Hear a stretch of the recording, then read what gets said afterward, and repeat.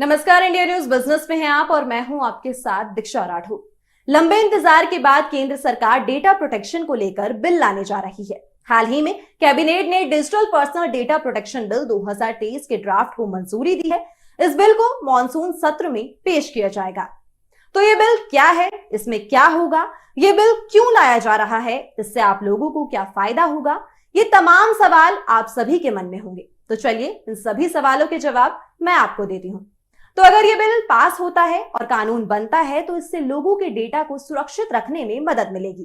दरअसल social media समेत कई डिजिटल कंपनियां यूजर्स का कई तरह का डेटा रखते हैं। इस डेटा का गलत इस्तेमाल ना हो, इसलिए इस बिल को लाया जा रहा है। इस बिल में तमाम तरह की चीजें होंगी। इससे सोशल मीडिया समेत डिजिटल कंपनियों पर नकेल भी कसी जा सकेगी।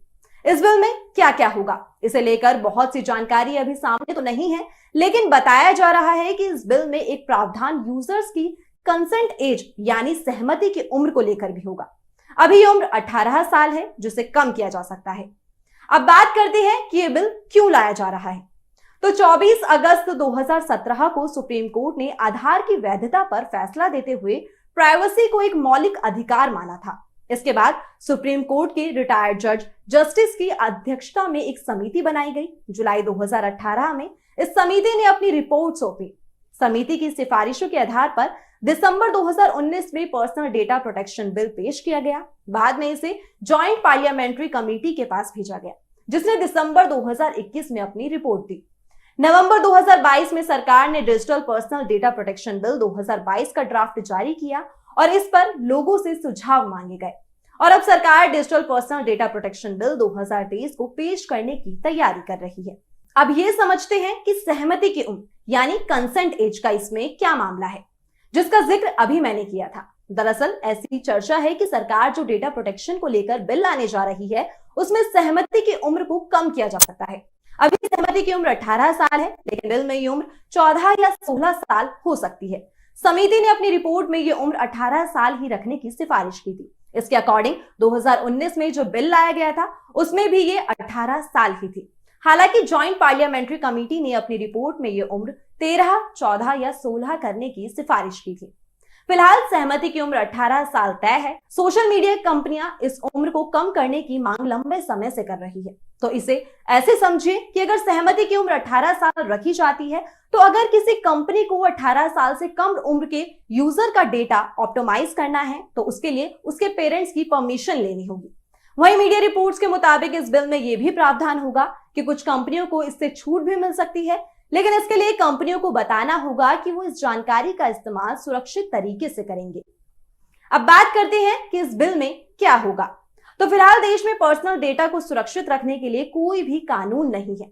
अगर ये बिल कानून बनता है तो लोगों का पर्सनल डेटा सुरक्षित रहेगा। ये कानून देश के साथ साथ विदेशी कंपनियों पर भी लागू होगा। यह बिल डिजिटल पर्सनल डेटा पर लागू होगा। वो डेटा चाहे ऑनलाइन लिया गया हो या फिर ऑनलाइन लेकर उसको डिजिटलाइज किया गया हो।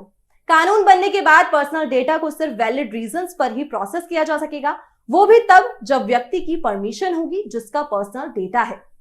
पिछले साल नवंबर में जारी बिल के ड्राफ्ट के मुताबिक किसी भी व्यक्ति के पर्सनल डेटा को मेडिकल इमरजेंसी, राष्ट्र सुरक्षा और धोखाधड़ी रोकने जैसे मकसद के लिए इस्तेमाल किया जा सकता है। वहीं इस बिल के तहत 18 साल से कम उम्र या फिर जो भी कंसेंट एज होगी उससे कम उम्र के लोगों का निजी डेटा प्रोसेस या ऑप्टिमाइज करने के लिए उनके पेरेंट्स की परमिशन लेनी होगी। अब बात करते हैं कि ये सब होगा कैसे।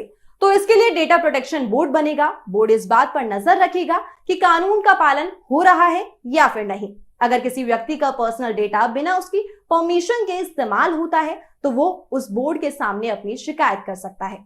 बिल में कानून का उल्लंघन करने पर 150 से 250 करोड़ रुपए तक के जुर्माने का प्रावधान किया गया है।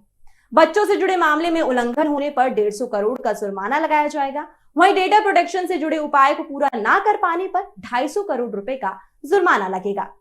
तो सिंपल वर्ड्स में कहें तो इस बिल का सीधा सीधा फायदा आप सभी लोगों को होगा। आप सभी का पर्सनल डेटा एकदम सुरक्षित रहेगा, उसका कोई भी गलत इस्तेमाल नहीं कर पाएगा, जिससे आए दिन होने वाले ब्लैकमेलिंग और फ्रॉड जैसे मामलों पर भी रोक लगेगी। तो ये थी डेटा प्रोटेक्शन बिल से जुड़ी तमाम जानकारी। उम्मीद है आपको पसंद आई होगी और आपको समझ भी आई होगी। तो अभी के लिए केवल इतना ही। देश और दुनिया की तमाम खबरों और जानकारियों के लिए बने रहिए इंडिया न्यूज बिजनेस पर।